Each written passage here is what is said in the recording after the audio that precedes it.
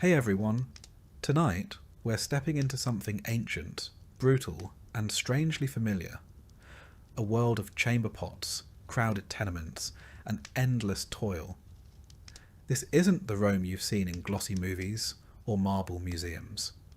No emperors, no gladiator duels, just the daily grind of survival in a city built on the backs of people history forgot. So before we descend into the underbelly of the Roman Empire, take a second to like the video and subscribe. But only if you're into this kind of slow, gritty storytelling. And let me know in the comments, where are you watching from and what time is it for you? I love seeing how far this little sleep experiment travels. Alright, turn the lights down low. Maybe throw on a fan or get settled under the covers, because you're about to wake up in ancient Rome, and odds are you're not making it to nightfall. Congratulations! You've just woken up in ancient Rome, not in a palace, not in a marble villa surrounded by fountains and toga-clad servants feeding you grapes. No, you've landed where most people lived, where the plumbing is theoretical, the walls are one good fart away from collapse, and your upstairs neighbour is always stomping around like a gladiator on leg day. You're in an insula, the Roman version of an apartment building. Sounds promising, right? Maybe something with a courtyard, a bit of sunlight? Wrong. The Latin word insula literally means island, and that's the first clue that you are absolutely stranded. You're on the 4th floor, if you're lucky. Anything higher than that, and you're basically living in the rafters of a fire hazard. These buildings are made of brick, wood, and wishful thinking. They sway in the wind, lean against each other like drunk friends, and have an average structural integrity of a stale loaf of bread. And speaking of bread, don't even think about making toast. Open flames are banned because one bad cooking accident and the whole block goes up like a Saturnalia bonfire. Your room is about the size of a modern walk-in closet. There's a cot, term used generously, made of rope and straw, and a threadbare blanket that smells like every person who's ever used it before you. The walls are damp, stained, and close enough together that if you lie on your side, you can touch both without moving. You have no windows. Light filters in from a crack under the door, and from a hole someone accidentally punched through the roof with a broom handle 3 tenants ago. There's no privacy. You share this space with 2 other people, one of whom is coughing with such dramatic flair that you briefly wonder if you're living in a poorly written tragedy. Spoiler. It's not drama. It's probably tuberculosis. Outside, the morning begins not with birdsong, but with the rumble of wooden carts and the melodious yelling of vendors hawking olives, fish, and something that may have been bread in a former life. A donkey brays like it's dying, children cry like they're dying, and someone's already arguing over taxes 2 floors below. You stretch. Bad idea. Your back cracks like a papyrus scroll in a drought, and you immediately regret trying to act like someone whose spine hasn't been curled into a question mark by years of hard labour and a diet that consists mostly of beans and regret. You're about 27 years old, which makes you one of the older folks in the neighbourhood.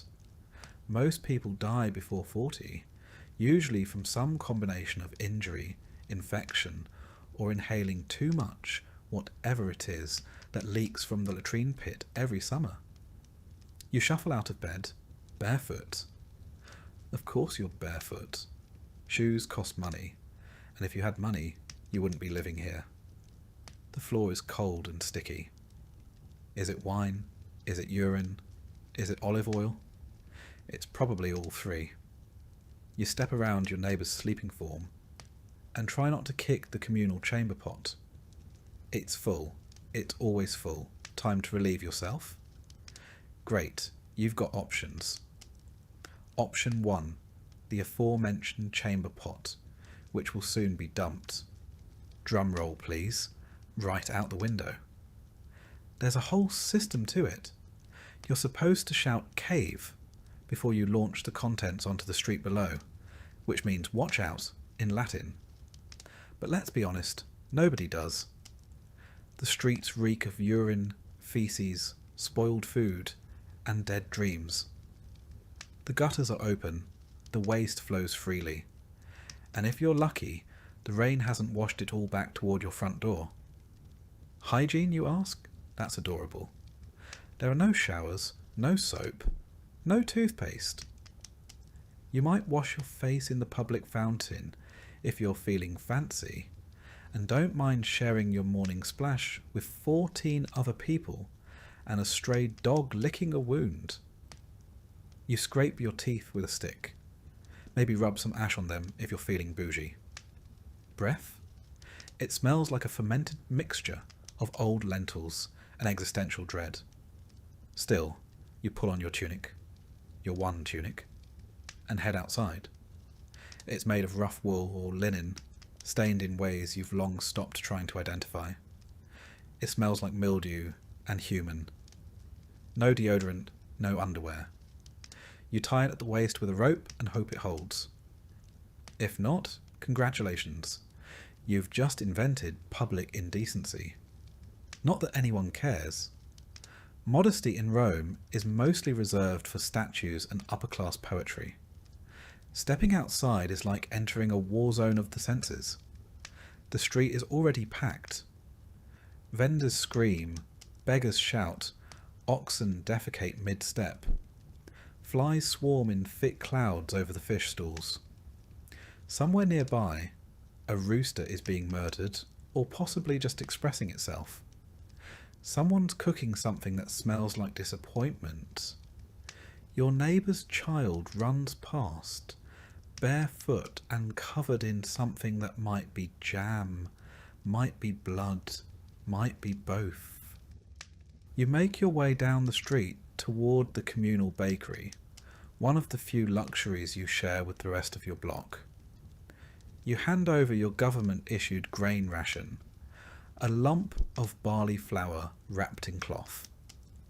The baker takes it, adds it to the others, and hours later you'll get back a small, hard, blackened loaf. It's barely edible, mostly ash from the public oven's coals. But hey, it's warm and it's yours. Assuming no one steals it first. Breakfast? Sure, let's pretend. If you're lucky, you get a bit of pulse, a thick gruel made from boiled grains. It's what most poor Romans eat every day. Grain, water, maybe some chickpeas, maybe not. If you're having a good day, there's a drizzle of olive oil on top. If you're having a bad day, the drizzle is rat urine and you don't know it yet. Meat? Only for the rich? Milk? Spoils too fast. Cheese? Maybe. Eggs? Only if you steal them from a chicken that lives under your stairs. Most protein comes from beans, lentils and dreams. If you want fruit, it better be in season and unspoiled.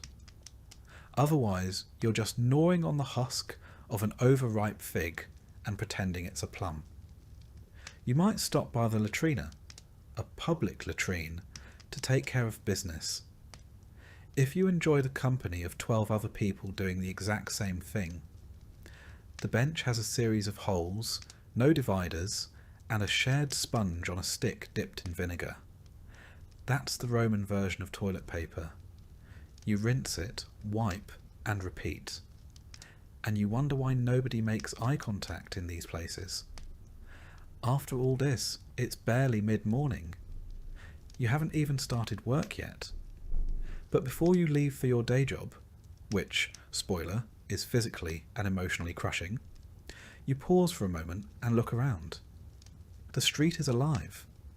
smelly, chaotic, dangerous, but alive. Kids scream and chase each other. A street performer juggles knives with questionable skill.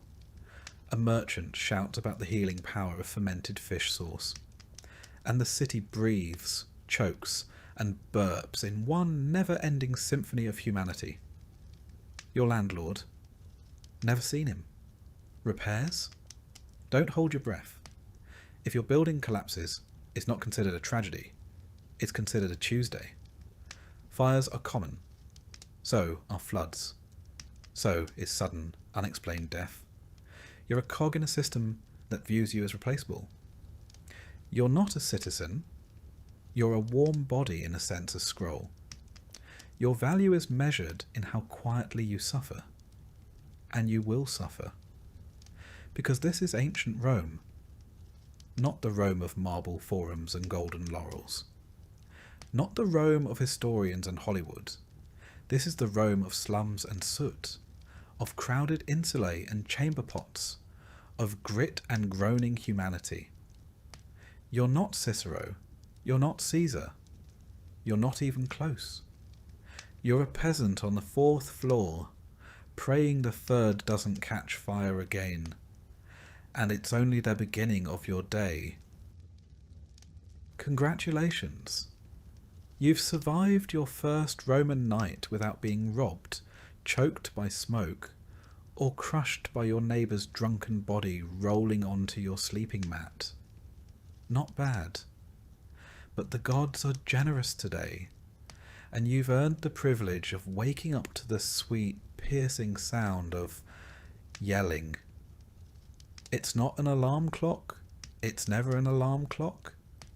It's your neighbour yelling at his wife, or the vendor below your window screaming about fish, or the chamber pot hitting the cobblestones after someone above you dumped last night's wine and body fluids out the window. Morning in ancient Rome begins not with birdsong, but with complaints, sewage, and regret. Your eyes crack open to a ceiling so low you could punch it sitting up. You're lying on a straw mat, shared with your younger sibling, your cousin, possibly a stranger who paid your landlord 2 denarii to squat in the corner overnight. The air smells like feet, garlic, and mildew. You wonder briefly if you died and woke up in Hades, but no, you're still alive. Unfortunately. Your home, generously called an insula, is a Roman apartment building made of wood, dreams, and flammable lies. You're on the 3rd floor, which is slightly less deadly than the 5th. Higher up means cheaper rent and a better chance of dying when the whole building inevitably collapses. Down below, the rich enjoy sturdier homes and indoor plumbing. Up here, you enjoy rats, water leaks, and the subtle creaking that reminds you this structure is held together by hope and mould. You swing your legs over the side of your mat and immediately regret it. The floor is damp. It's always damp. Water? Wine? Blood? Who knows? The answer doesn't change the fact that your only sandals were stolen last week, and you've been walking barefoot ever since. You gingerly avoid the sticky patch in the corner and stand, stretching your aching back like a cat that's been kicked down a flight of stairs. Time to wash up, you say? Cute. There is no basin, no sink, no soap. You wipe your face with a damp cloth that may or may not have once cleaned your landlord's armpits. Your version of a morning skincare routine involves rubbing oil on your skin and then scraping it off with a curved blade called a strigil, which sounds elegant until you realise it's just ancient Roman exfoliation by pain. You're basically buttering yourself like toast and then peeling it off. If you're lucky enough to live near a bathhouse and have a few coins left, maybe you can get cleaner later. But right now, hygiene is a luxury. You settle for smearing your face with whatever water you find in a communal jar and call it refreshed. Now comes breakfast. Brace yourself. The Roman equivalent of a power breakfast is nothing. The morning meal is called ientaculum, which is Latin for don't get your hopes up. It usually consists of yesterday's bread, hard as marble, and lovingly stored in a mouse-infested clay pot overnight. You soften it by dipping it in watered-down wine, a drink that tastes like vinegar with trust issues. If you're feeling fancy, maybe you get some olives or a smear of garum, the famous Roman fermented fish sauce that smells like low tide and failure. It's Rome's favourite condiment, used on everything from meat to vegetables to moments of crushing despair. It's the ketchup of the ancient world, if ketchup were made from rotting mackerel. There's no coffee, no eggs, no fruit smoothie with collagen powder. Your breakfast has one job: prevent immediate death. It succeeds, barely. You chew in silence while your neighbours scream about something, probably taxes or bread rations. Or maybe it's that guy on the second floor who keeps sacrificing pigeons in the hallway. You don't ask. The rule of thumb in Roman tenement life is this: the less you know, the longer you live. Once you've gnawed your way through a slice of disappointment and sipped your wine-flavoured sadness, it's time to dress for the day. Don't get excited. You have two garments: a tunic made from rough wool and a threadbare cloak that's more whole than fabric. The tunic itches, the cloak stinks, and both have been repaired so many times they're basically held together with prayers and the dreams of better fabric. Underwear? Hilarious. You tie a belt around your waist to keep everything vaguely attached and hope no one notices your left shoulder is always exposed because the fabric keeps sliding off. The rich wear togas. You don't. Togas are for citizens, people with status. You? You're a pleb. A non-citizen if you're an immigrant. A nobody, if we're being honest. If you wear a toga, you're either delusional or planning to be arrested for impersonating someone with dignity. As you step outside, you're hit with the full sensory assault that is a Roman street. The noise is immediate. Vendors hawking their wares. Street musicians playing instruments no one asked for. Philosophers debating loudly. And someone somewhere is always screaming about cucumbers. It's chaos. Organised, smelly chaos. The streets themselves? Paved with stones and slick with everything. Animal waste, human waste. Mystery slop that no one wants to identify. Rome has sewers, yes, but they serve the rich neighbourhoods. Your street is self-cleaning, by which we mean rain occasionally washes the filth into someone else's neighbourhood. It's a system. You walk carefully, avoiding puddles and people. A cart barrels past you, pulled by donkeys and driven by a man who seems genuinely angry that pedestrians exist. There are no sidewalks, there are no traffic laws. There is only instinct, prayer, and the faint hope that the gods are paying attention. You pass temples where people line up to offer sacrifices. Flowers, coins, small animals, or the occasional desperate plea. You don't have anything to give, so you nod awkwardly at Jupiter's statue and keep moving. He probably wasn't listening anyway. If you're headed to work, and most likely you are, congratulations. That means you didn't starve to death yesterday. Work in ancient Rome is not fulfilling. It is not purpose-driven. It is survival in a tunic. You might be a labourer, hauling bricks or mixing mortar for one of the emperor's new vanity projects. Or maybe you're a porter, carrying goods up and down stairs in a building with no structural integrity. You might be a street cleaner, a fish seller, a potter, or worse, a public latrine attendant, paid in pity and bronze coins to sweep filth off marble and pretend your soul isn't slowly escaping through your nostrils. The hours are long, the pay is miserable, and your boss might beat you for fun. If you're a slave, you don't even get paid. You just work. And if you complain, you're whipped. If you collapse, you're replaced. If you die, well, someone else gets your blanket. Midday approaches, and the sun is brutal. Rome's climate is hot, sticky, and utterly unbothered by your suffering. There's no air conditioning, no shade unless you cling to a building's shadow like a sweaty ghost. Your tunic sticks to your skin. Your sandals, if you have them, slap against the stones with every exhausted step. And if you don't, your feet are slowly becoming part of the pavement.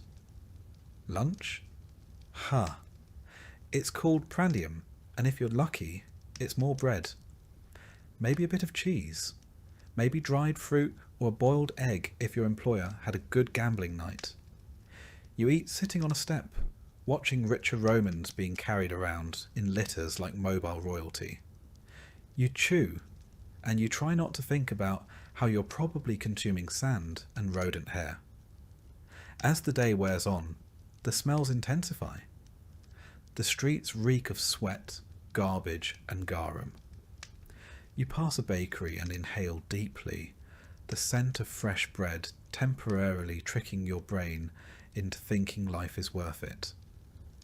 Then you remember bread is taxed, and your landlord raised rent again, and your water jar cracked last night, and your cousin is still sick with whatever plague is currently fashionable. You keep walking, you keep surviving, because in ancient Rome, that's the entire point. And finally, after hours of back-breaking labour, social humiliation, and a mild sunstroke, you make your way home.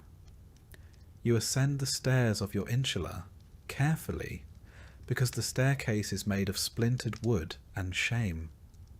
One misstep, and you're joining the spirits of the fifth-floor tenants who fell last week. You reach your door. You enter. It's dark, cramped, and smells like boiling cabbage, even though you don't have any cabbage. Someone is already asleep in your corner. You don't ask who they are. You just lie down next to them and close your eyes, hoping you don't dream about the bucket. And with that, your Roman morning ends. Was it glorious? Number, was it dignified? Absolutely not. But you survived. And in ancient Rome, that counts for something. Tomorrow you get to do it all again. You've survived your first Roman night in the insula. Barely.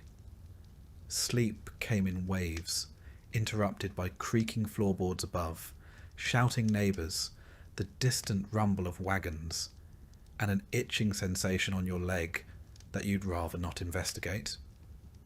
You're hungry now. Not the kind of hunger that inspires a brunch outing or a carefully measured protein shake. This is more primal, heavier. Your body wants fuel. But this is ancient Rome, and you're poor. So, what you're about to experience isn't breakfast. It's survival. The Romans didn't believe in breakfast as a significant meal, not in the way we do. They had a word for it.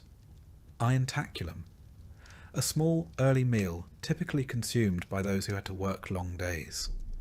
For the rich, it might consist of bread dipped in wine, cheese, olives, or even a bit of fruit. But you're not rich. You're a plebeian, one of thousands crammed into the belly of the city, eking out a life in the shadow of Rome's grandeur. For someone of your station, Ientaculum is more of a formality than a feast. Maybe a crust of coarse bread, dry and unevenly baked. This bread is likely a leftover from the day before, or the day before that. Made from barley or spelt, grain types considered suitable for the lower classes. It's dense, dark, and has the mouthfeel of something chipped from a wall. There's no butter, no jam, and certainly no eggs or honey. Those are the luxuries of someone with coin and status. What you might have, if luck has smiled upon you, is a bit of pulse. Pulse is the quintessential Roman peasant food. A porridge made from farro, emmer, or barley. It's cooked with water and occasionally seasoned with a drizzle of oil or the faintest hint of herbs, assuming you have any. It's not pleasant exactly. It doesn't nourish so much as it fills. A heavy, steaming paste that sits in the stomach like an anchor. On worse days, it might be prepared with river water or stored rainwater, slightly green and earthy. You eat it quickly. Slowly just gives your brain time to realise it tastes like boiled dampness. And yet, this is your fuel. Pulse, maybe a bit of bread, and water. If you're lucky, you've managed to secure some posca, a common drink among the poor and the military. It's made by mixing vinegar with water, sometimes infused with herbs if available. It sounds unpleasant, and it is, but it's far safer than drinking untreated water straight from a public fountain or cistern. The acidity of the vinegar kills bacteria and masks the taste of unclean sources. It's sour and sharp, but it does the job. The public fountains of Rome flow constantly, fed by those legendary aqueducts. But that doesn't mean the water's clean where you live. Rome's water system was advanced, yes, but only until it reached the labyrinthine lower districts. There, the water quality depended heavily on the maintenance of lead pipes and the cleanliness of the castella, the distribution tanks feeding your block. And maintenance wasn't always a priority in neighbourhoods like yours. If someone upstream threw garbage, urine, or animal remains into the drainage channel, or worse, into the water itself, you'd never know until it was too late. Hunger is a quiet constant for you. Even when you eat, it never really fades. Food is expensive, and most of your earnings go toward rent, taxes, or staying on the good side of your local Patronus. So you ration what little you have. You learn to chew slowly, savouring every bite like it's a luxury. There's no variety. You eat what's available, and more often than not, that means you eat the same thing every day. Meat? Almost never.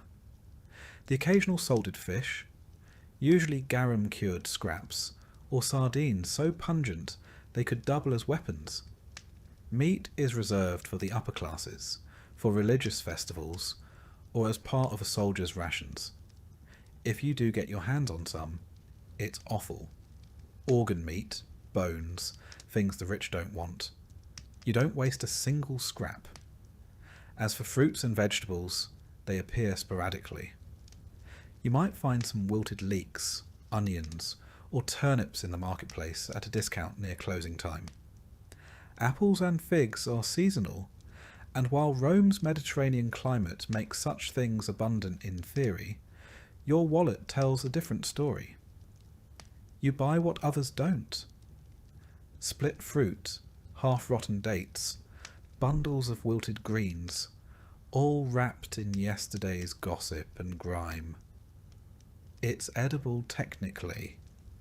You hope? And if you're truly desperate, there's the street food. Rome had an active street food culture, particularly for the poor who didn't have kitchens in their insular apartments. The popinae, small taverns or hot food shops, line the alleyways of working-class neighbourhoods. For a few asses, the copper coins of the realm, you might get a bowl of stewed lentils, seasoned with whatever bones or drippings the cook could find. Perhaps a small skewer of meat, heavily salted and suspiciously chewy. Or a honey cake made from stale grain, barely sweet, and baked hard enough to require soaking before eating. These places are busy, smoky, and loud. They smell like hot oil, burned flour, and sweat. The clientele includes labourers, criminals, out-of-work veterans, and the occasional freed slave. They're not always safe. Fights break out, money disappears. But they're your only shot at something warm, and you keep coming back. It's important to understand that most Romans didn't cook their own food. The lower classes lacked private kitchens. Fire laws made it dangerous to cook in cramped wooden apartments, so communal ovens and public eateries filled the gap. But that also meant you were always dependent on merchants, on bakers, on the shifting prices of olive oil and grain. Speaking of grain, it's the backbone of the Roman diet. The government knows this. That's why they introduced the annona, the grain dole, a state-sponsored distribution of grain to eligible Roman citizens. If you qualify, you receive a monthly allowance, enough to make bread or poles for a few weeks. It's not generous, but it's better than nothing. For many, it's the line between hunger and starvation, but access isn't guaranteed. You need to be registered, male, and Roman. If you're a woman, a foreigner, or a slave, the annona isn't for you. You find other ways. Food for you is rarely fresh. Bread goes stale quickly. Pools clings to the bottom of pots long after it should have been scrubbed out. What you consumed today was cooked yesterday, or last week. Spoilage is common. Flies are constant. But waste is unthinkable. You eat around the mould. You scrape off the bad parts. You chew slowly, savouring what little flavour remains. And yet, despite all of this, the city never starves, not completely. Rome's granaries are full. Its imports steady. Ships from Egypt, Sicily, and North Africa sail in daily, their bellies full of grain, oil, and wine. The empire feeds its capital like a mother feeds a hungry child. You just don't always get your share. If you're a slave or a freedman in service, your meals depend on your master's whim. You might get stew, bread, or leftovers from the main table. Or you might go hungry until someone remembers you exist. If you're a day labourer, your meal breaks are dictated by your work. Dig ditches, haul stones, build baths, and maybe, at mid-morning, you get 10 minutes to gnaw a piece of dried fig, or drink from a shared cup. And let's not forget feast days. Not because you're invited to the banquet, but because it's the one time the rich throw scraps to the streets. Religious festivals sometimes include public offerings, distributions of food or coin, perhaps a roasted pig, or a platter of bread and fish for the masses. It's not kindness, it's politics. But you take what you can get. By mid-morning, your hunger has faded into something else. A dull pressure. A reminder. You've eaten just enough to continue. You tie the cloth belt around your tunic a little tighter and get moving. You've got work ahead of you. Rome doesn't wait. And tomorrow, you'll eat again. Or you won't. But either way, you'll wake up in the same insula, with the same cracked bowl, and the same stale loaf waiting on a wooden shelf. Because in ancient Rome, food is never far away, but neither is hunger. The sun has fully risen now, and the Roman day is underway. For you, a plebeian, or perhaps a slave, that doesn't mean a slow stretch and a relaxing breakfast. It means the work begins, and it begins early. Rome is not a place of idleness for the lower classes. The empire may be vast, but the streets of the city feel like a funnel, where the sweat of thousands filters upward to benefit the few. Let's start with the plebeians. Not the poorest of the poor, but far from comfort. Most plebeians in the city work trades, manual labourers, builders, bakers, water carriers, cobblers, street sellers. If you're skilled, maybe you're a stone cutter, or you've secured a spot in one of the Roman guilds, the collegia. But for most, you're expendable muscle. Hired for the day, paid by the hour, if you're lucky. You don't have a fixed schedule. You have a need. A relentless, gnawing one. You work because not working means not eating. You wake before dawn, grab what counts for breakfast, maybe a crust of bread or a spoonful of barley mush, and head out to find work.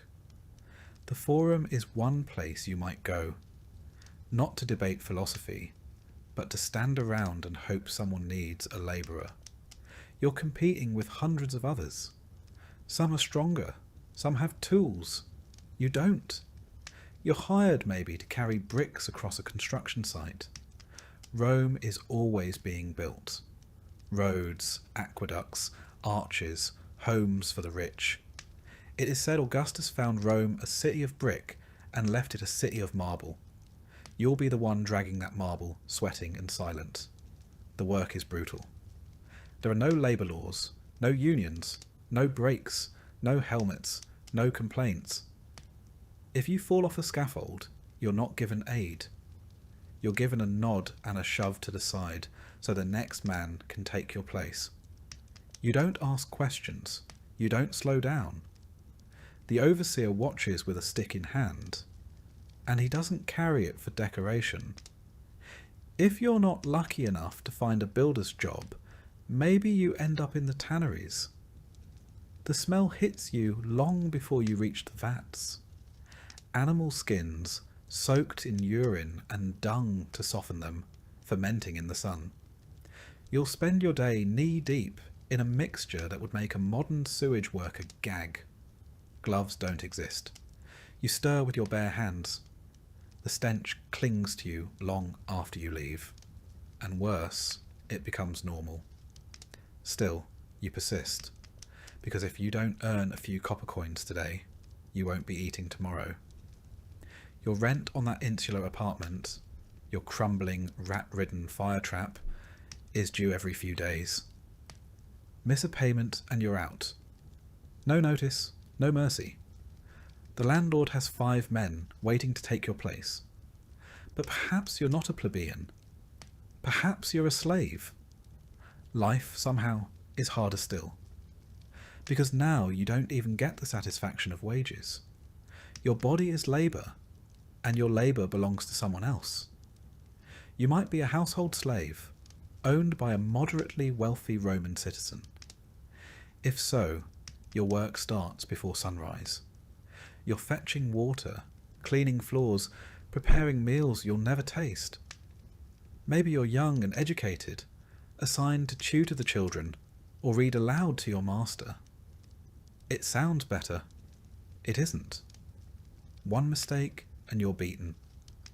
If the master's wife is displeased, you're sold. There are no protections. No court to hear your case. You are property, like the stove or the sandals. Or you're a field slave outside the city, toiling in the vast latifundia, those enormous agricultural estates that feed Rome's grain-hungry stomach. Here, there are no roofs, no days off. You wake with the sun and bend until it sets. You plant, plough, harvest, sweat. No matter how hot, how cold, how sick you feel, you work. The overseer doesn't care if you collapse. There are chains for those who slow down. For those who run, there are whips. And for those who rebel, there's crucifixion. A public one. Along the roads where others can see.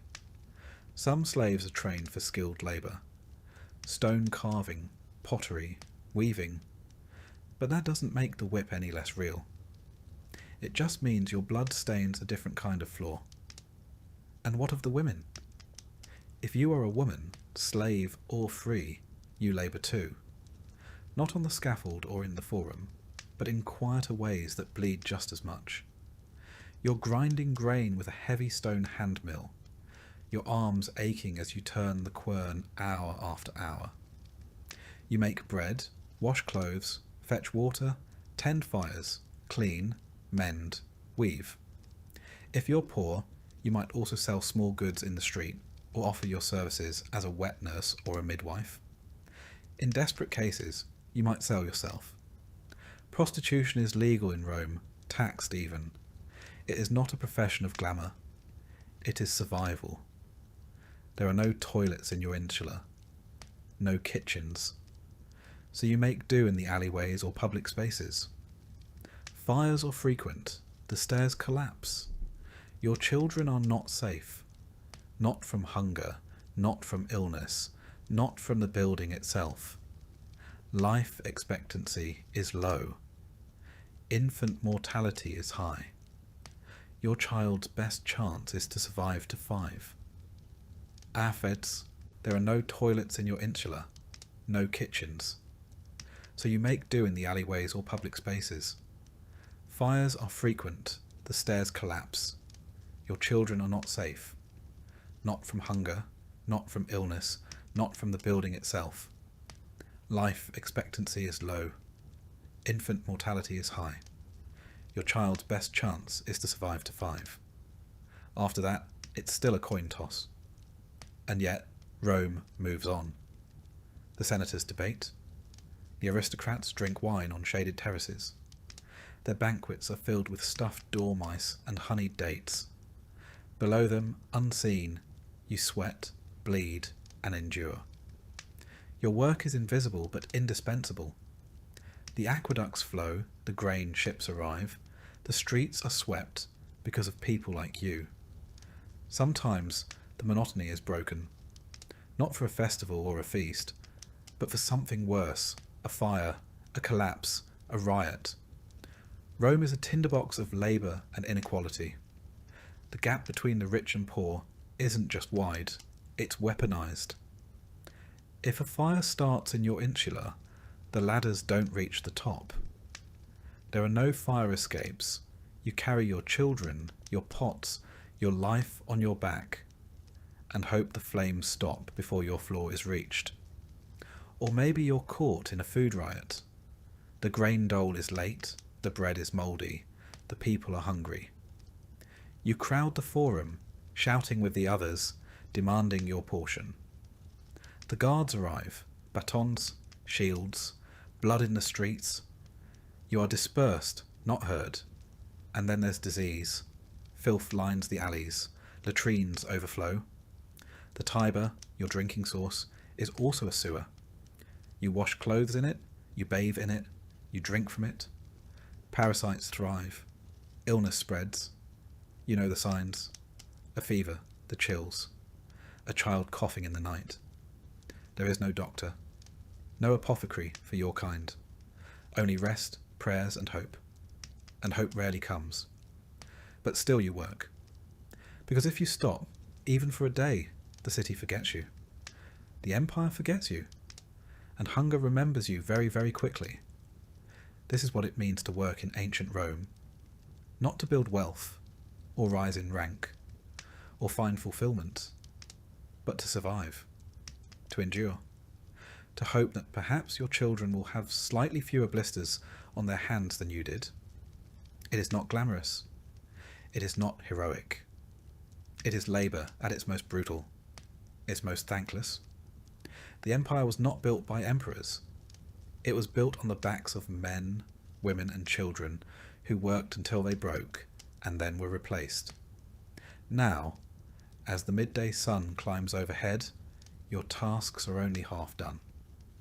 There is still cleaning, cooking, tending to the hearth, carrying water, hauling waste, your stomach growls, your fingers cramp, your feet blister inside sandals that barely hold together, and no one is coming to relieve you.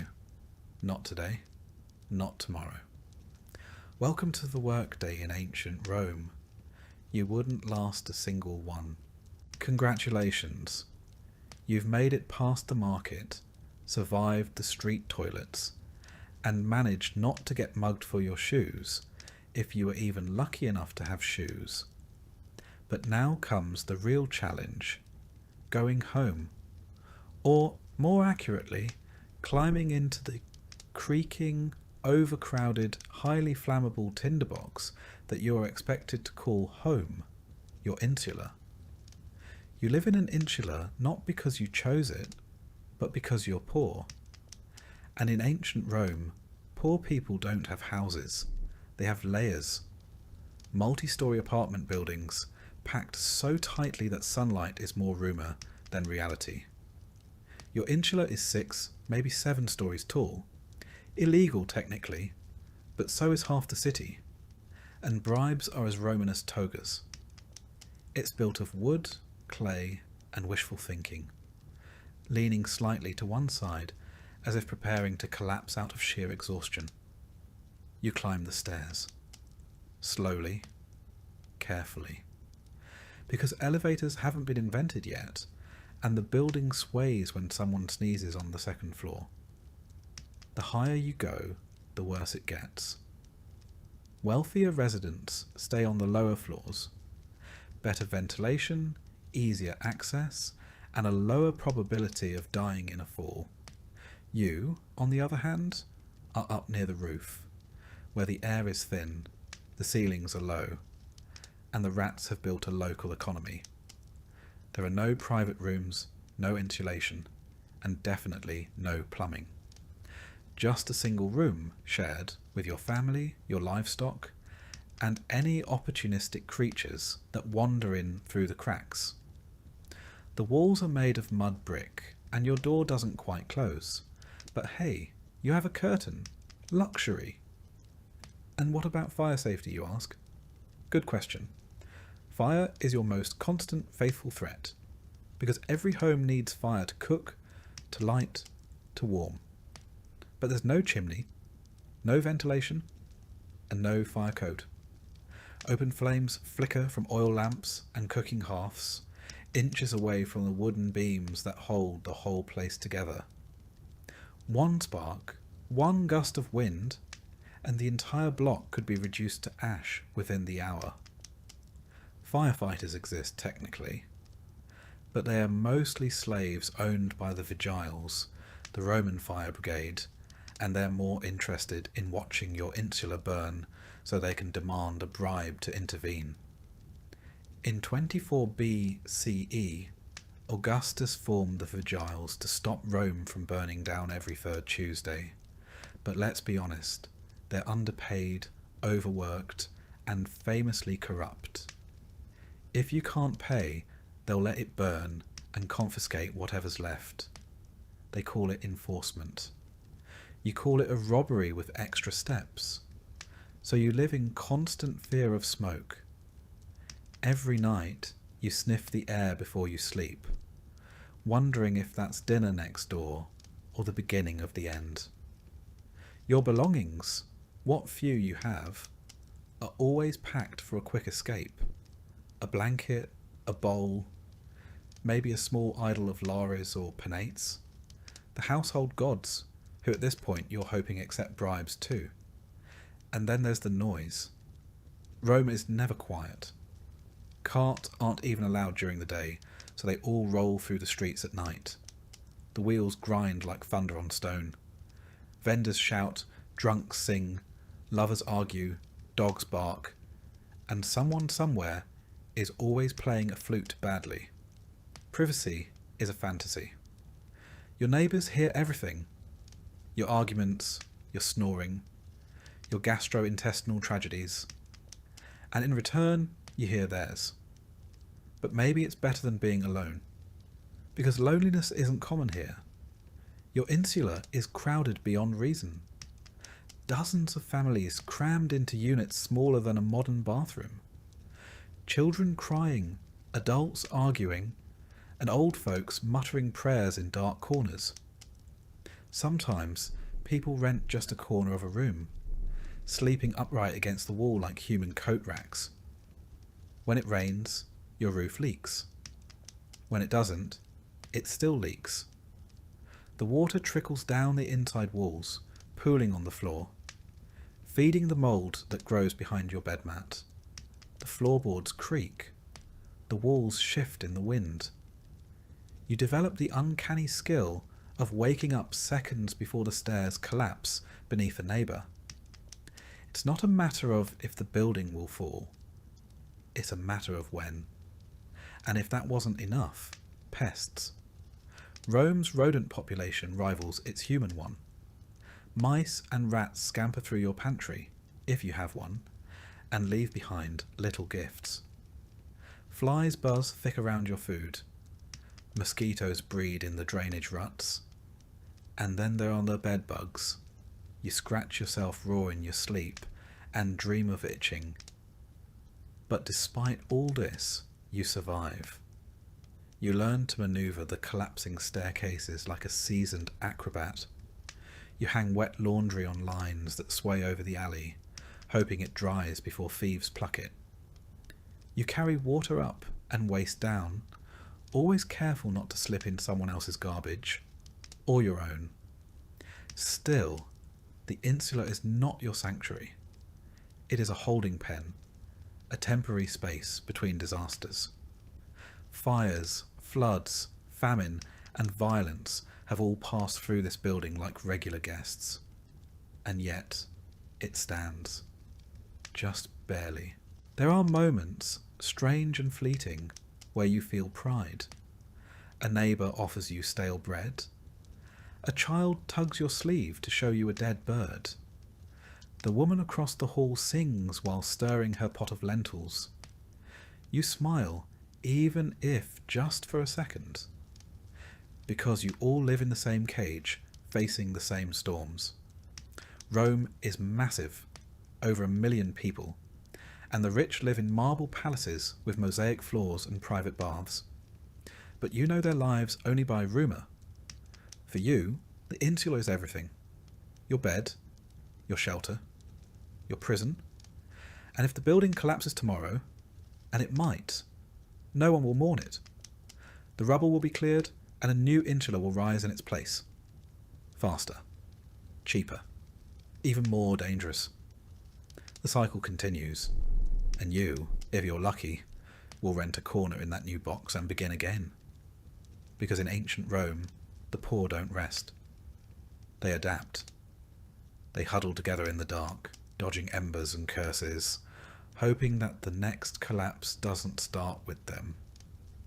And if the flames come anyway, well, you'll grab your blanket, say a quick prayer to the Laerzo, and run like hell. You're parched.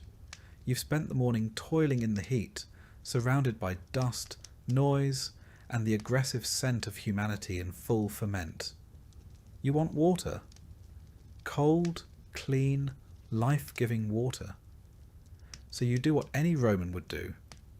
You head for the nearest public fountain. Because in ancient Rome, you don't just turn a faucet and get crisp hydration. You rely on a sprawling, complex, and dangerously vulnerable infrastructure of aqueducts, cisterns, and communal outlets. And if any part of that system fails, so do you. Rome's aqueducts were a marvel of engineering. By the 1st century CE, the city was serviced by 11 massive aqueducts, some stretching over 50 miles from distant mountain springs.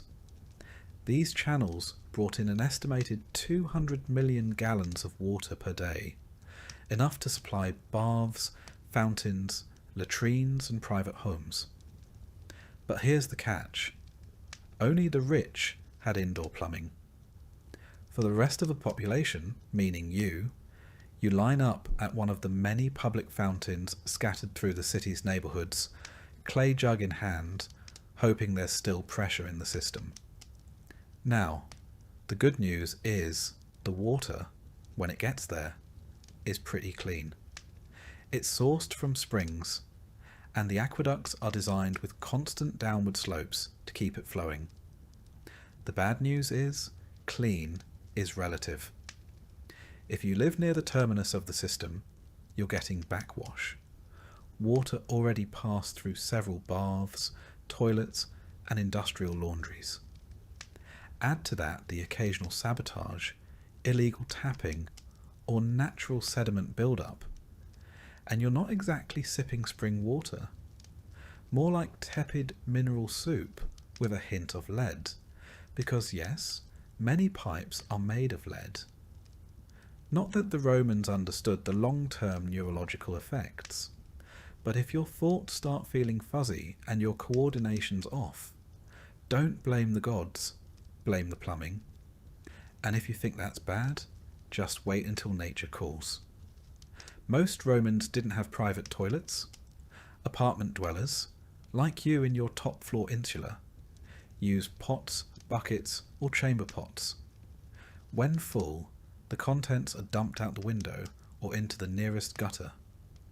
Yes, the famed Roman sewer system, the Cloaca Maxima, still runs through the city like an underground lifeline. But most waste doesn't make it that far. It sits in the street, baking in the sun, mixing with animal droppings, and slowly forming a biological miasma strong enough to peel paint off a fresco. And if you're wondering why shoes are so important in Rome, that's your answer. You're not walking on stones. You're walking on yesterday's dinner in its final form. There are public latrines, of course, and if you're lucky or desperate, you can pay a small fee to use one. These are long stone benches with holes carved in them, positioned over flowing water channels. There's no partition, no door, just a row of strangers making eye contact while trying to pretend nothing awkward is happening. You sit shoulder to shoulder with a retired centurion and a 12-year-old olive vendor, all contributing to the same stream of civic solidarity. The Romans believed in shared experiences. This was one of them. Toilet paper? Not a thing. Instead, you use a tessorium, a communal sponge on a stick, kept in a bucket of vinegar water. It's exactly as horrifying as it sounds. You hope the guy before you had good hygiene. He didn't. Nobody does. You wipe, you stand up, you wash your hands if there's water nearby, and then you move on. Probably to the nearest bathhouse, which, thankfully, is where things get slightly better. The Roman bathhouse is part spa, part gym, part social network, and part biological experiment. There are over 800 public bath complexes in Rome by the time the empire is in full swing. Some are grand like the baths of Caracalla or Diocletian, where marble columns soar above mosaic floors. Others are modest neighbourhood baths tucked between bakeries and brothels, but all follow roughly the same formula.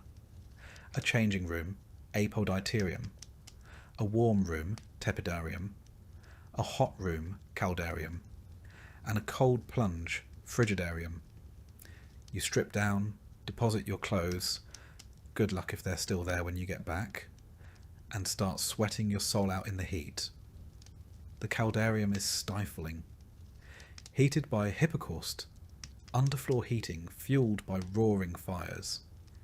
It's a room designed to make you wish for death, or at least a breeze. You rub your skin with olive oil, not soap, because that's what Romans used to clean.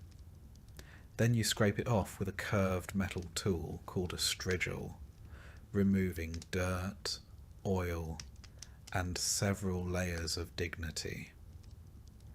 There are slaves to assist you if you're rich. If not, you do it yourself while trying to avoid eye contact with the senator next to you.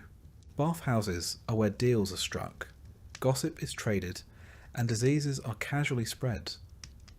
The water isn't drained between users. It's a warm, microbial soup of humanity, stirred hourly by the movement of hundreds of unwashed bodies. Skin infections, eye diseases, intestinal worms, everything is on the menu. And yet, this is one of the cleanest places in Rome. Outside the baths, personal hygiene is a gamble. You might wash your face daily and your feet often, but full-body bathing is more of a social event than a daily necessity. Perfumes and oils cover up most smells. Lice and fleas are common, but tolerated. The concept of germ theory is centuries away, and nobody's counting bacteria when they're more worried about curses and crop failures. And remember that beautiful aqueduct system? It doesn't just supply water, it powers everything from grain mills to fountains to the flushing mechanisms in some elite toilets. But it's fragile. Earthquakes, floods, or simple disrepair can shut down entire sections of the city. When the aqueducts break, Rome doesn't just lose drinking water. It loses its public baths, its sewers, its fountains. Civilization, as the Romans know it, starts to unravel. Riots have broken out over water shortages. The emperor himself maintains a staff of aquarii, water engineers, just to keep the system running. And if they fail, you suffer. Because in ancient Rome, access to clean water isn't a luxury. It's your last line of defense against cholera, typhoid, and a dozen other slow, filthy deaths. By now your mouth is dry, your skin is itchy, and you're beginning to understand that clean is a relative concept. But here's the twisted part. By ancient standards, Rome is doing pretty well. The city is cleaner than most medieval capitals. It has public sanitation, latrines, baths, and even street cleaners. But it's also the biggest city in the ancient world, and that density breeds disease. Waterborne illness is rampant. Even minor stomach bugs can spiral into fatal dehydration. And if you're poor, which you are, you can't afford a private cistern or a servant to boil your water. You drink what's available, and you pray, not to be purified, but to be spared. So the next time you fill a glass from the tap or flush a toilet with confidence, remember, in Rome, your survival depends on gravity, lead pipes, communal sponges, and the goodwill of an aqueduct built by a man who probably bribed his way through half the Senate. You don't control your water. You just hope it doesn't kill you. And on that hopeful note, it's time to think about lunch, if your stomach can handle it. If you've managed to survive the slop of a Roman street, dodge dysentery from a clay cup of aqueduct runoff, and work a full day in the choking heat of the Subura district without keeling over, you might think a bath would be the one mercy this city offers you. And to be fair, Rome is famous for its baths. But this isn't a hotel spa with cucumber water and lo-fi music. This is public bathing, Roman style. And for a plebeian like you, it's more about routine survival than luxury. Let's start with the setting. The Thermae, massive public bathhouses funded by emperors and designed to show off imperial grandeur, are sprawling complexes of steam, stone, and social politics. Think gym, barbershop, and social media feed all rolled into one. There are over 800 bathhouses across Rome by the 4th century CE, ranging from small balnea tucked into neighbourhoods to monumental structures like the Baths of Caracalla, which could host thousands of bathers a day. These places are architectural marvels: domed ceilings, mosaic floors, marble statues. But you're not here to appreciate the decor. You're here to clean yourself before your own body odour becomes a public health issue. Entry usually costs a quadrans, the smallest denomination of Roman currency, meaning it's technically accessible to almost everyone, even the poorest citizens. But just because you can afford to enter doesn't mean you belong. The hierarchy follows you through the door. Senators and equestrians recline in the hot pools and gossip in the tepidarium while slaves like you scrub themselves with worn-out strigils in a corner, hoping no one important notices you tracking in street filth. The bathing process follows a predictable pattern. First, the apoditerium, or changing room. There are no private lockers. If you don't have a slave to guard your tunic and sandals, someone might walk off with them. Clothes are often stolen here, especially from the lower classes, and the clothes watchers, mostly enslaved boys, are often in on the thefts. Lose your clothing, and you might be walking home barefoot, wrapped in shame and public laughter. Next is the palaestra, the exercise yard. Yes, before bathing, Romans like to work up a sweat. You'll see men wrestling, lifting weights made of stone, or flinging javelins across the field. Some even box, Roman style, with metal-studded gloves called cestus. For the lower classes, this isn't just sport. It's a place to prove physical worth. But you're not here to make friends. You run a few laps, feign a squat or two, and head straight for the baths. Your muscles are too sore from hauling amphorae all morning. Inside the baths, you'll move from the cold frigidarium to the warm tepidarium, and finally to the blistering coldarium, where steam clings to the air and your skin. There's no soap. Instead, Romans coat themselves in olive oil, then scrape it off with a curved bronze tool called a strigil, taking dirt and sweat with it. If you're lucky, someone will help you. A friend, or more likely, another labourer just trying to speed things along. There's no privacy. You're naked among dozens of others, and the sounds of laughter, gossip, and grunts echo off the marble walls. This place is noisy, crowded, and hot. The air smells like a cocktail of oil, sweat, and mildew. Beneath the mosaic floors, fires rage in the Hippocos system, an ingenious heating network that uses raised floors and smoke tunnels to pump warmth into the caldarium. Slaves tend these fires all day, shoveling wood in suffocating rooms with no light and no fresh air. Some die from the heat, but their deaths make the marble hot to the touch, the cost of Roman cleanliness. The water is changed only occasionally, and filtration is a concept centuries away. You're bathing in a soup of skin cells, hair, oil, and whatever else floated off the last 100 bathers. People relieve themselves in corners. If someone bleeds during a rough shave, or gets a nosebleed from the heat, that's just another addition to the communal brew. But in a city where fresh water is a gamble, and soap is a luxury, this is the best you'll get. And this isn't just hygiene, it's civic ritual. Here, the bathhouse is where news spreads. Someone whispers that the emperor was spotted in disguise at the theatre. Another boasts about his recent winnings at the ludus. A freedman offers political bribes in the tepidarium, while a prostitute waits in the hallway outside, pretending to be a masseuse. For the poor, this is also a rare space where you're not fully excluded.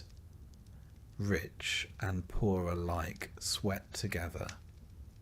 For a few minutes, you share the same steam as men who rule provinces.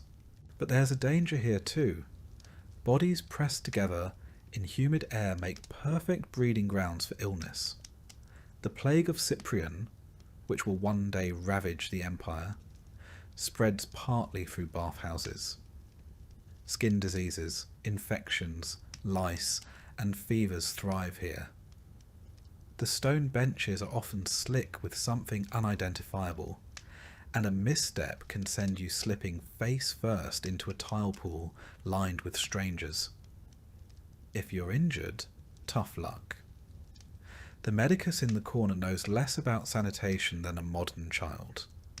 Once you've scraped yourself clean and suffered the caldarium, you move on to the final step, the massage and oil rub-down. Again, if you can afford it. Most plebeians skip this, but let's say today is payday and you indulge. A low-ranking attendant slavers you in another round of olive oil, rubbing your limbs with rough hands and muttering in Greek or Aramaic. The oil stings the cracks on your skin, the cuts from the field, and the raw patch you got last week from walking barefoot. You smile through it. The pain is worth the brief illusion of luxury. Afterward, you dry off with a scrap of wool. Linen is expensive. And return to your street clothes, now damp with sweat. You check the hooks in the apoditerium. Miraculously, your tunic is still there. You step outside, blinking against the sun. You're clean, sort of. But the streets are still thick with dust, dung, and the smell of salted fish. Within 5 minutes, you're sweating again. Dirt clings to your sandals. A child vomits near your foot. The bath was never meant to last. Bathing in ancient Rome is not about cleanliness, the way we think of it today. It's about participation. About appearing civilized in a society obsessed with cultus. Grooming, display, and public performance. To be dirty is to be low, invisible. But to walk out of the Thermae, hair damp, oil glistening on your shoulders, is to momentarily rise above the grime of your station. Even if you'll return tomorrow to the same bucket of water and reused strigil. And if you think this is somehow indulgent, remember, for women, bathing was even more complicated. Separate hours or entire buildings were set aside, and while some enjoyed similar routines, many were kept at home, bathing with rainwater in cramped quarters. For enslaved women, bathing was sometimes done publicly by force, under the scrutiny of leering men or cruel mistresses. For the wealthy, a balneum, a private bath inside their villa, ensured you never had to mix with the masses. Heated by personal hippocaust, scented with imported oils from Arabia or Egypt, attended by silent slaves. But for the rest of Rome, the labourers, the couriers, the bakers, the sewer cleaners, the public bathhouse was a place of renewal, exhaustion, gossip, and risk. You went not to be healed, but to maintain the appearance of being human in a city that treats humanity like a fleeting luxury. The bath was not an escape. It was a pause from the heat, the stink, the fear, and the endless labour. It was a few minutes of semi-clean respite before stepping back into the furnace of Roman life. And with that fleeting relief, you head back out onto the cobbled road. Your feet still ache.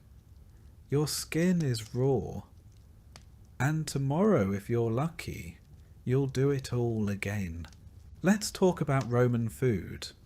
Not the banquets of emperors reclining on silk cushions with figs dripping in honey and servants fanning them with peacock feathers. You are not an emperor. You're not even close. You are, in fact, a plebeian.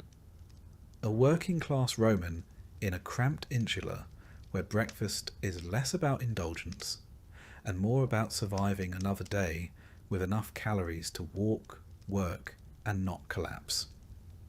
So let's set the table. And by table, we mean whatever flat surface you can find that isn't covered in soot, bugs, or yesterday's crumbs. You eat with your hands because forks are still a few centuries from existing.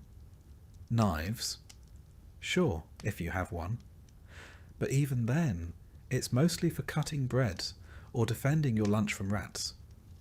Your daily diet, and let's be generous calling it that, is centred on one thing: grain.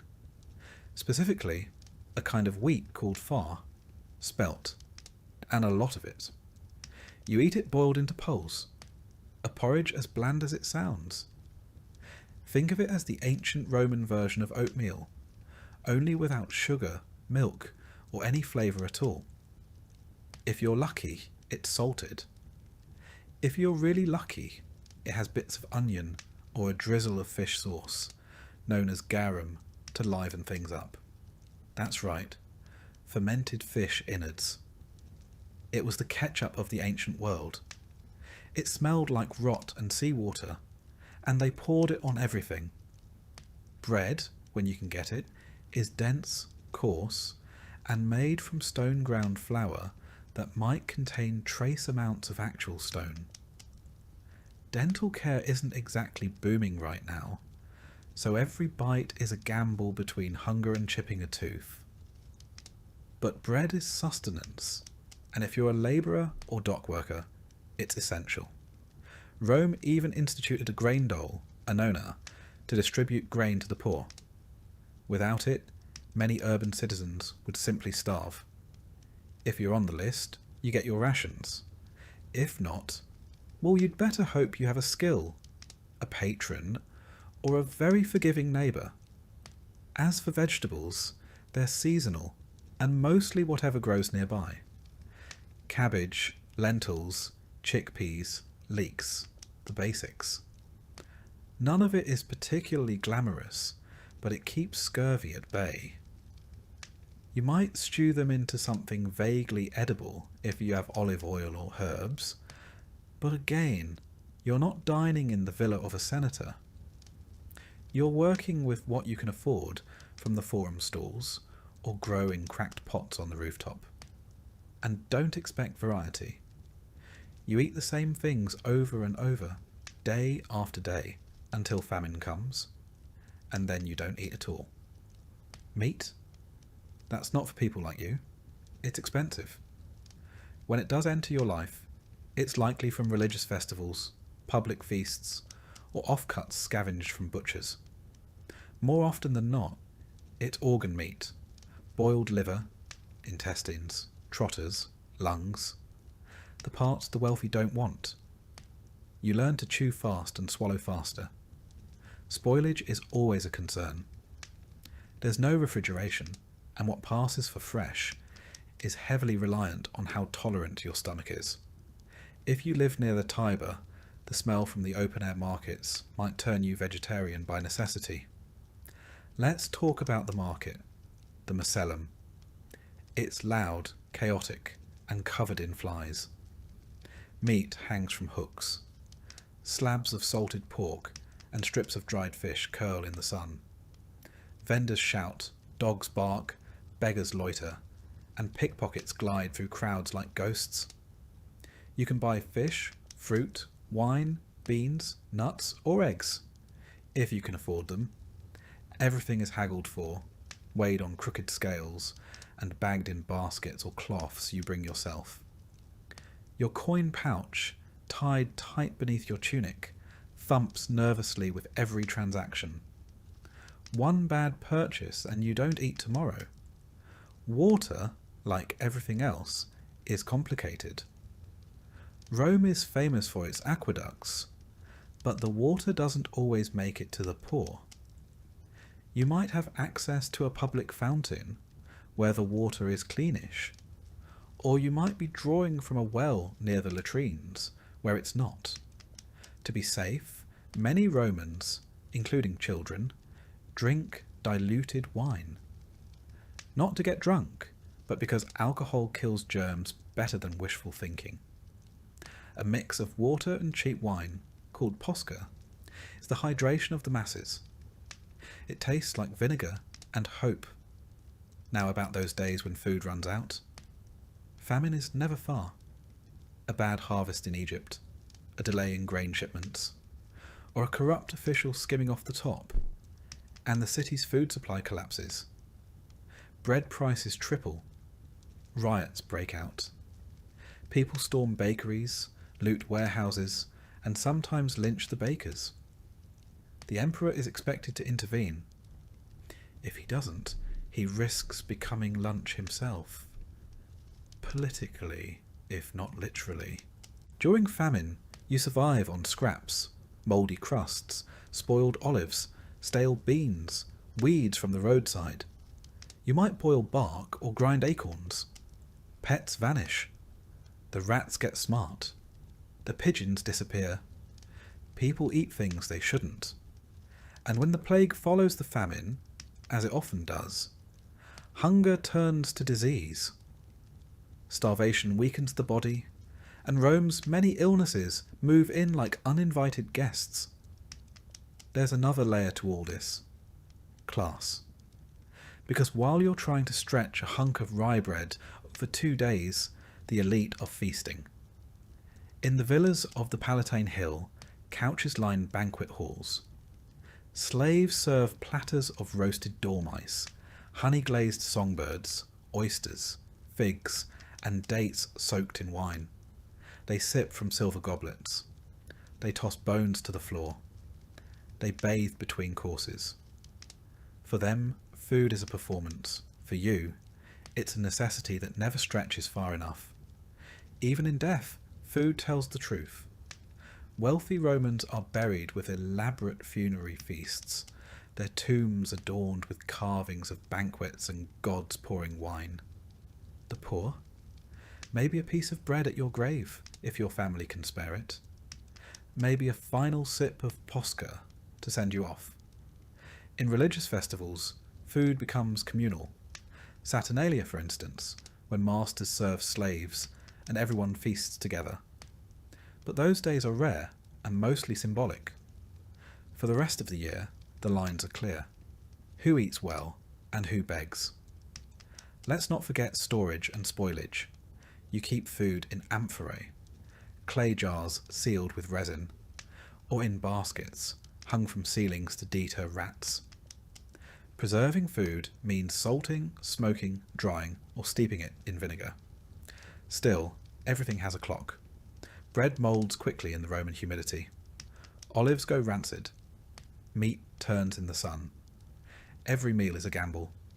Every bite is a risk. Even the insects eat well. Grain is stored in granaries, which are dark, warm, and crawling with beetles and moths. If you're lucky, you get your ration before it's infested.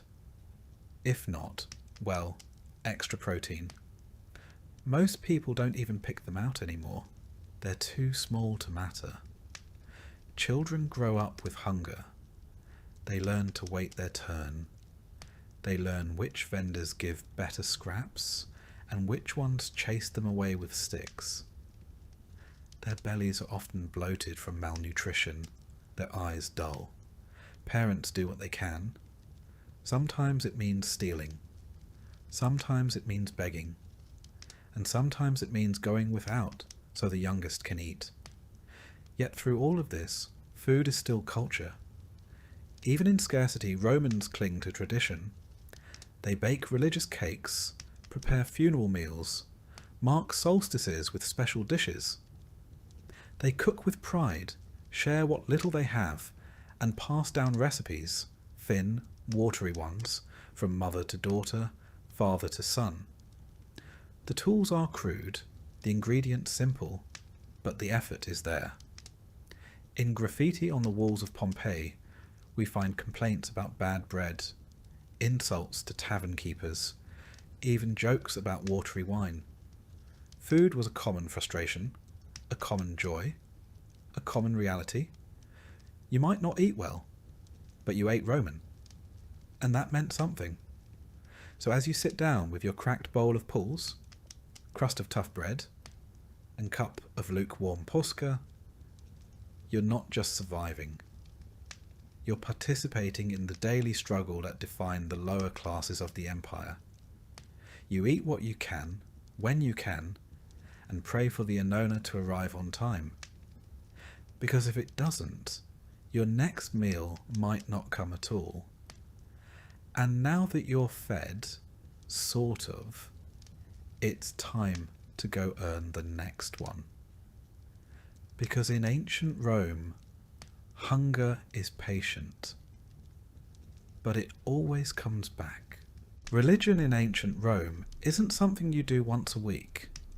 It's not a quiet, personal affair whispered in pews or practiced behind closed doors. In Rome, religion is everywhere, all the time.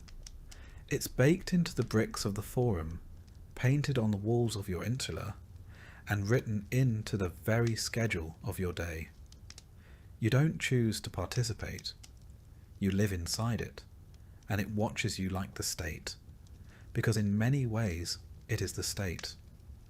You wake before dawn, and already the gods are in your thoughts.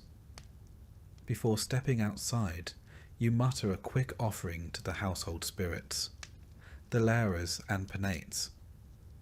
These are the guardians of your hearth and pantry, the invisible figures that ensure your home doesn't fall apart.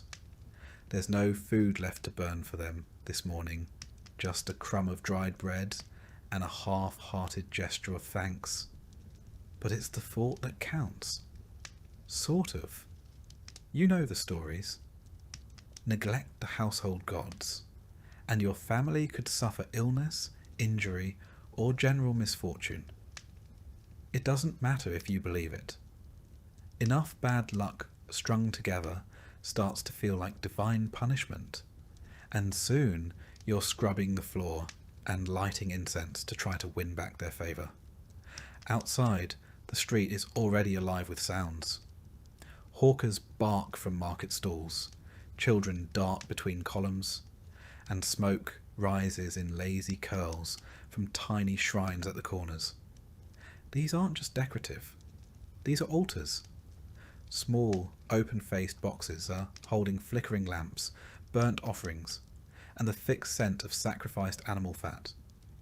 You pass them on your way to work. Maybe bow slightly, maybe don't. Someone always notices. Piety is social currency in Rome. Fail to observe the right rites, and your neighbours won't just talk. They might accuse. The Roman pantheon is crowded. Jupiter rules the skies with thunder and ego. Juno watches over marriage, whether it's miserable or not. Mars is the god of war and masculinity, and Vesta keeps the sacred flame of Rome burning. A job so important that her priestesses, the Vestal virgins, are chosen as children and punished by death if they break their vows.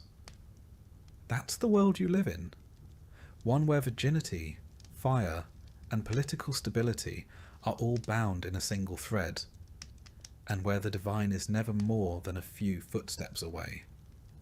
Religion isn't optional, it's calendarized. Over 100 official festival days a year. Lupercalia, where half-naked men chase women through the streets in the name of fertility. Saturnalia, where slaves and masters switch roles for a day in a wild, upside-down mockery of freedom. And then there are the Consualia, Vinalia, Robigalia, and more. Festivals to crops, harvests, rain, sun, and even mildew. Yes, mildew. Because in Rome, every natural force has a name, a temple, and a priest. You, as a poor plebeian or freedman, can't afford expensive sacrifices. But the elite can, and they make sure you know it. Wealthy patrons slaughter bulls at the temples, their robes splashed with blood, incense thick in the air, while you stand at the back, clutching your small votive figurine, hoping the gods can hear your prayer from that far away. The ritual language is often Old Latin, barely understandable, even to those reciting it. But the spectacle, that's clear enough. Religion is theatre. It always has been. Do you take part when you can? Maybe your guild hosts a minor ceremony. Maybe you help lead a procession through the street for a local deity. These rituals are public and communal, but also strategic. They reinforce your place in society, remind you of who rules, and give you a sense that, however lowly your station, you're at least part of something bigger. Of course, not everyone thinks alike. By the 1st century CE, the Roman world is already deeply diverse. foreign cults have seeped into the cracks of the empire. You might hear whispers of a mysterious Eastern goddess named Isis, whose followers wear white and chant in candlelit rooms. Or a strange sun god from Persia, Mithras, whose rites involve secret underground gatherings and symbolic meals of blood and bread. These religions are sometimes tolerated, sometimes outlawed, and always watched with suspicion. Romans value order above all. Anything that smells of disloyalty or secrecy is dangerous. That's why, when Christianity begins to spread, it doesn't just make the authorities nervous. It enrages them. A religion without sacrifices? A god without a face? A group that refuses to honour Jupiter or Caesar? That's not just impious, that's treasonous. But you, in this moment, probably don't think about Christianity. It's still a strange foreign sect on the fringes of Roman cities. You've heard of them, maybe, but your life is ruled by the gods of your ancestors, the expectations of your community, and the sheer momentum of tradition. Superstition is the second skin of daily life. You avoid walking under ladders, not because it's unsafe, but because it invites bad luck. A black dog seen at night? Omen of death? A sneeze? You immediately say salve, not out of politeness, but to protect the soul from escaping. You know the signs. A bird flies to the left. Bad news. Thunder after dusk. Don't travel. Dreams are interpreted, entrails are read, and omens are everywhere. Even the emperors consult augurs before battles or decisions. And it's not just the living you worry about. The dead don't stay quiet. Each year, during the Lemuria, you perform rites to keep the restless spirits, lemures, from haunting your home. You toss black beans over your shoulder at night while chanting ancient words, hoping it satisfies the shades. If you forget, well, don't be surprised if things go missing, or if the air turns sour in the dark. The temples are grand, of course, massive columns, gleaming statues, and priests in embroidered togas. But your real religion happens in the alleyways, kitchens, and bedroom corners of the working poor. You leave coins at roadside shrines. You tie ribbons to trees. You mutter charms when your child coughs too hard. You wear amulets around your neck to protect against the evil eye. A mosaic on your doorstep might feature a dog, or a phallus, or both to ward off danger.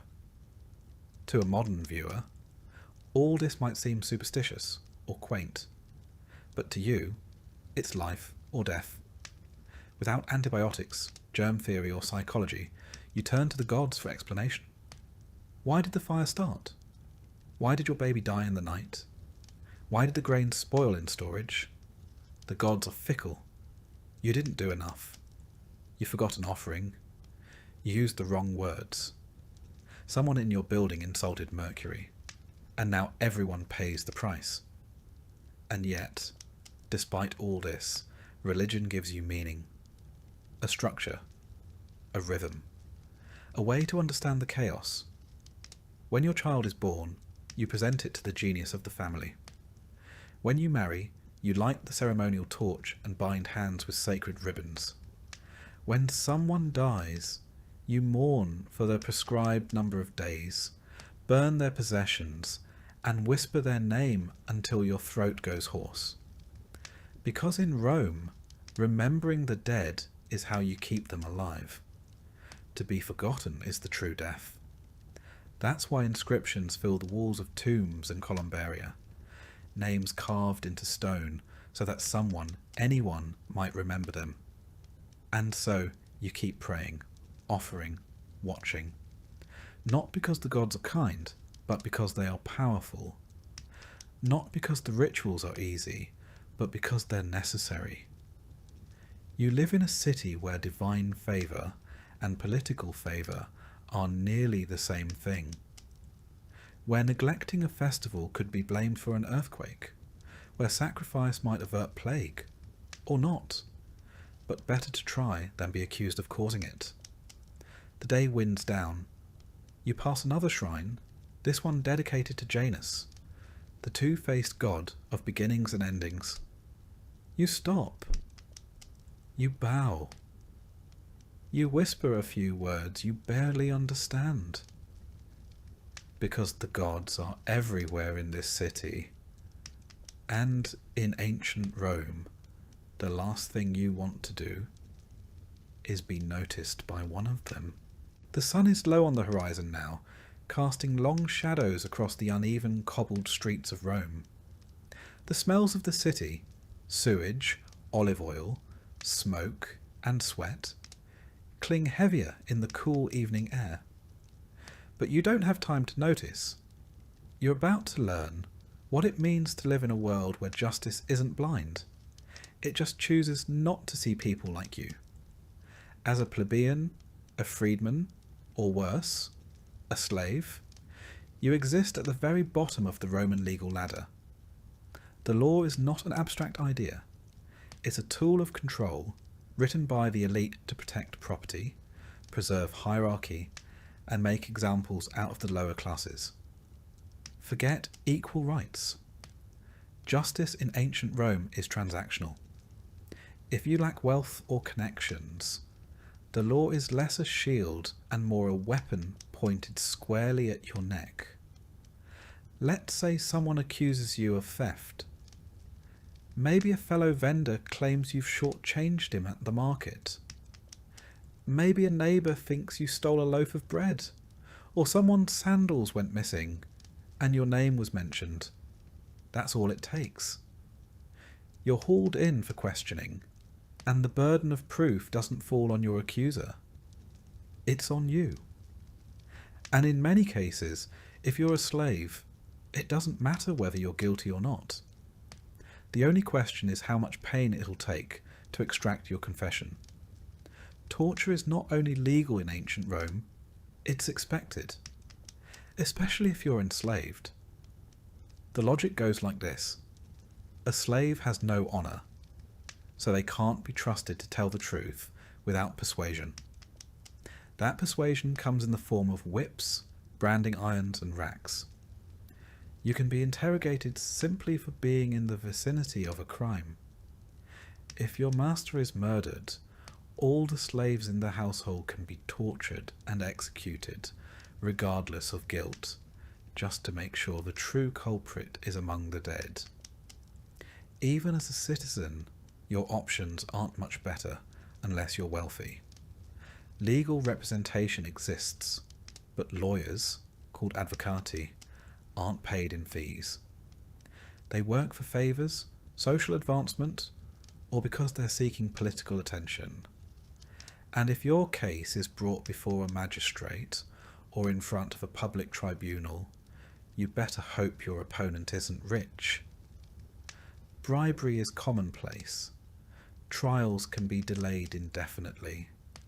And the judges are often members of the same elite class as the accusers. Connections matter more than evidence. Punishments are public, brutal, and designed to humiliate. Flogging, exile, and execution are on the table, but they scale with status. If a patrician commits a serious crime, they might be allowed to go into exile quietly, keeping their wealth and titles.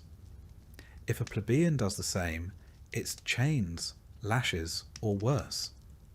Execution methods vary. Beheading is considered relatively merciful, clean, quick, and reserved for Roman citizens.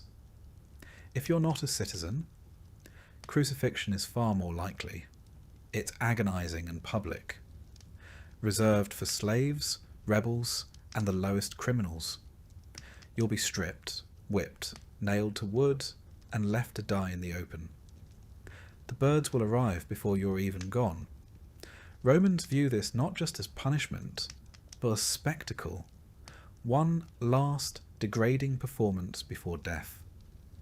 But not every crime gets you executed. Petty theft might earn you a beating or branding. You could be tied to a post and scourged in the forum for passers-by to jeer at. Repeat offences might get you sold into slavery, yes, even if you were born free. Rome has no concept of rehabilitation. You're either useful to the state or you're disposable. Now imagine you're caught in debt. Maybe a bad harvest forced you to borrow grain. Maybe your family needed medicine. Debt in ancient Rome is dangerous. If you can't pay it back, your creditor has the legal right to seize your property or your body. You can be imprisoned, sold as a bondservant, or forced to labour to pay off what you owe. The system is predatory, and it's meant to keep the lower classes forever straining just to survive. And don't expect privacy or calm. Justice happens in public spaces, the forum, the basilica, sometimes even the market. Crowds gather to watch the proceedings, cheer on accusers, or jeer at defendants.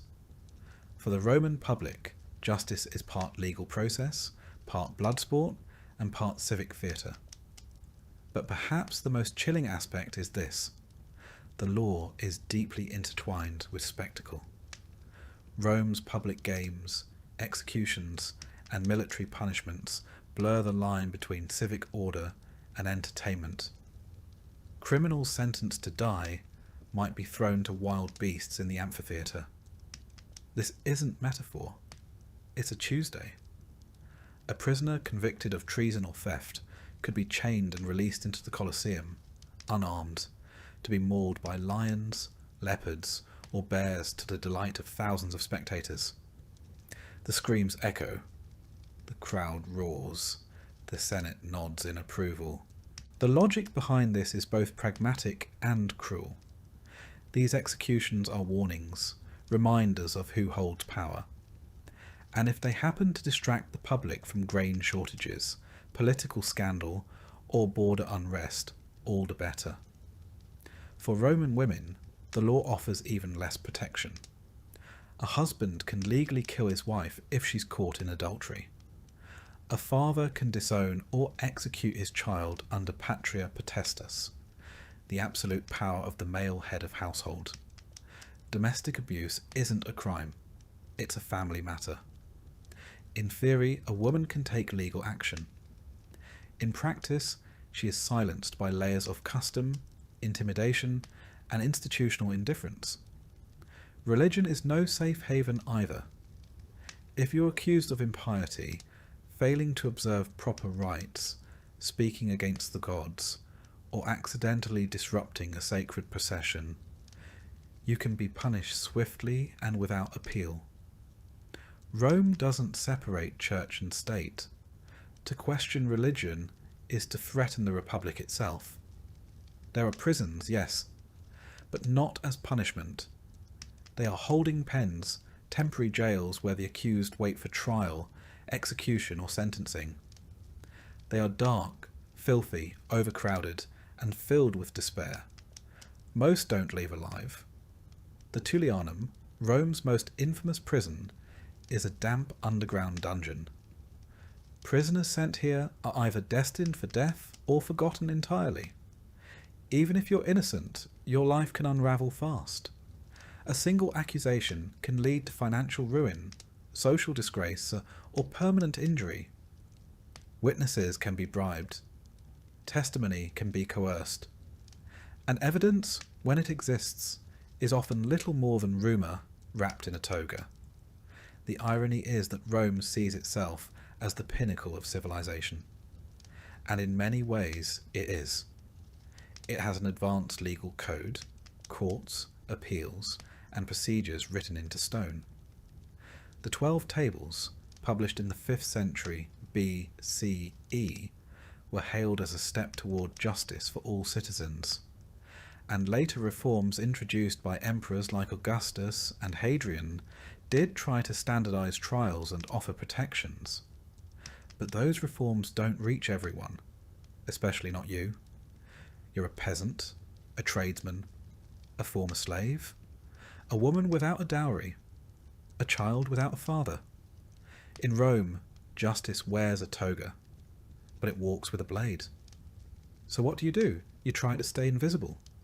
You keep your head down, avoid debt, avoid conflict, and pray your name never comes up in a whisper that matters. Because here, in the shadow of the Palatine Hill, justice isn't about what's fair. It's about who holds the power, and how willing they are to use it. Tomorrow you'll wake up and try again to survive the Roman day. But tonight, sleep lightly. Because in ancient Rome, justice may come at any time, and it rarely knocks twice. By now, you've endured sewage in your stew, slept under lice-infested wool, and laboured under a sun that cooks clay. You've chafed, bled, and aged 2 decades in a single day. But even in ancient Rome, all roads eventually lead to one place: death.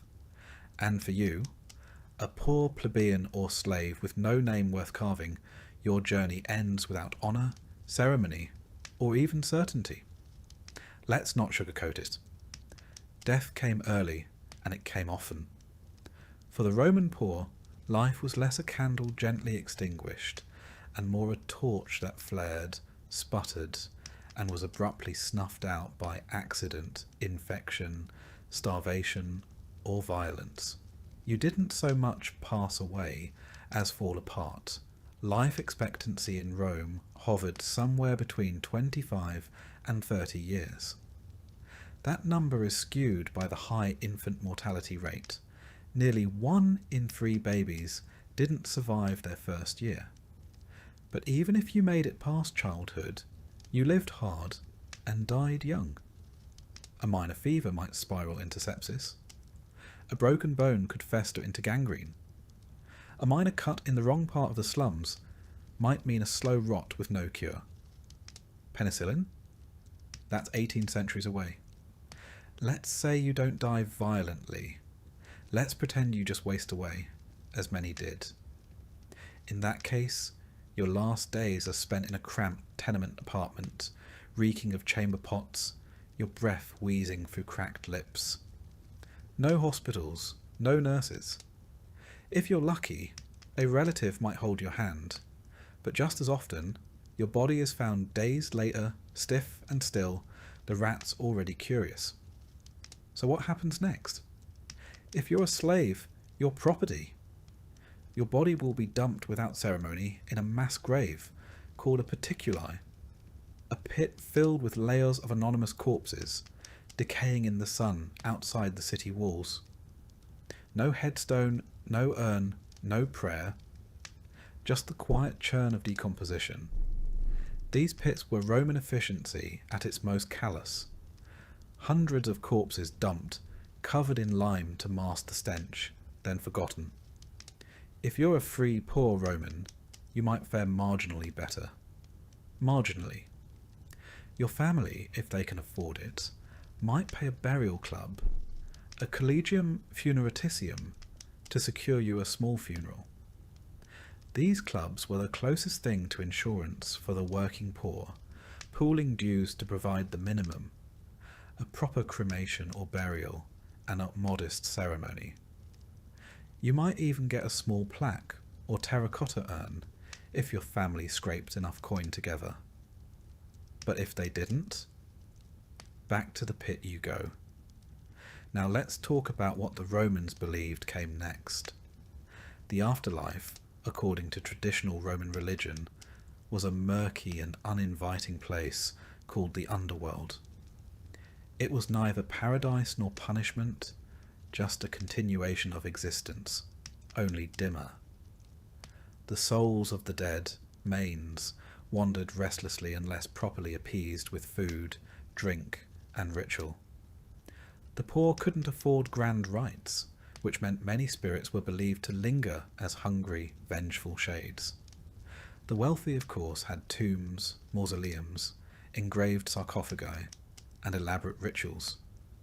Some had their ashes stored in beautiful marble urns inscribed with poetry. Their names would be spoken for generations. You, on the other hand, may have never had a full name recorded at all. And the worst part? Death wasn't even safe from politics.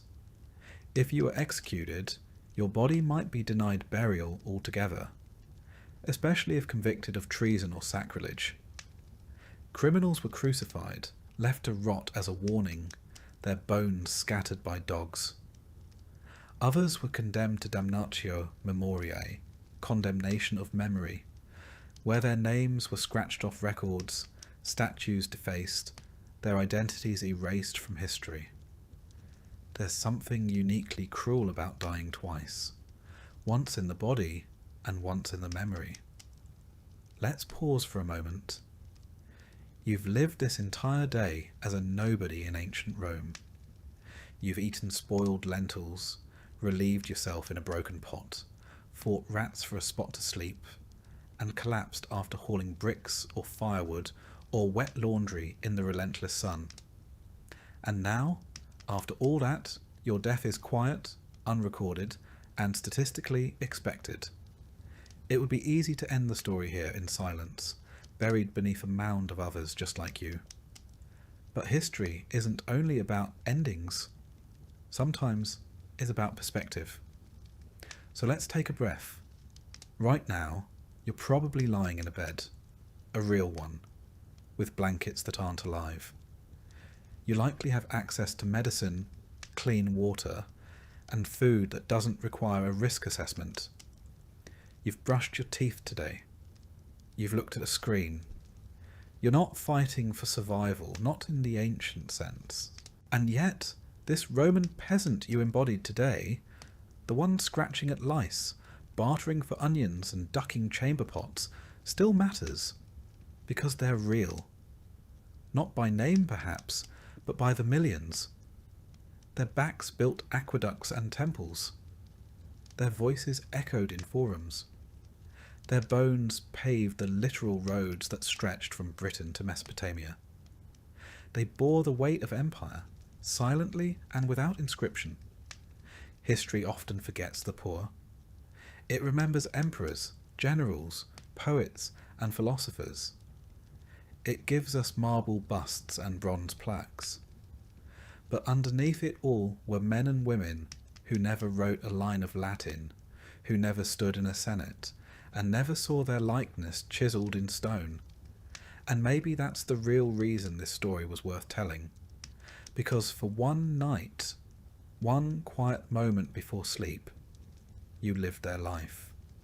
You felt the straw under their back, the cold breath of winter between cracked walls, the weight of hunger, and the absurdity of surviving a world designed to break you. You didn't last a day, not really, but you came closer than most ever will. And when you wake up, maybe you'll carry something with you. Not guilt, not pity, just perspective. Perspective that clean water is not guaranteed, that hot food is not a given, that your bed, your toothbrush, your medicine, your toilet, they're not minor luxuries. They're miracles stacked one on top of the other, born from centuries of struggle, from broken backs and forgotten lives. So, as the screen fades to black, and the last words whisper into your ear, take a moment, thank a peasant. They're the reason you're not one.